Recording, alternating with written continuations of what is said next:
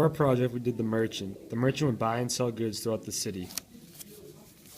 The color we chose for the merchant was green because green represents money, which is what the merchant would have to deal with every day for work.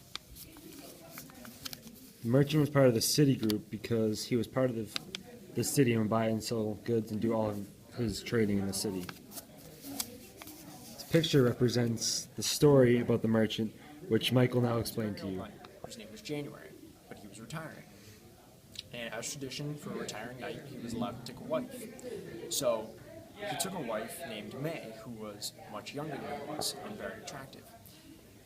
However, one day, January's sight, after many years of being happily married, January's sight failed him, so he became blind. And May and January's assistant named Damien, who was his squire, fell madly in love. Damien and May decided to communicate through hidden letters, and January was blind to this. So, one day, when January and May were planning to cause a ruckus in the castle's garden, Damien was waiting in a pear tree nearby. So, May climbed up into the pear tree and decided to cause a ruckus with Damien.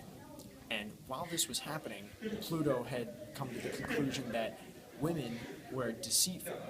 So, in order to get revenge, he restored January's sight. While all this was happening, January looked up to his shock to see his wife causing a ruckus with his squire Damien. Therefore, the picture is the knight January looking up into a tree with a very confused face.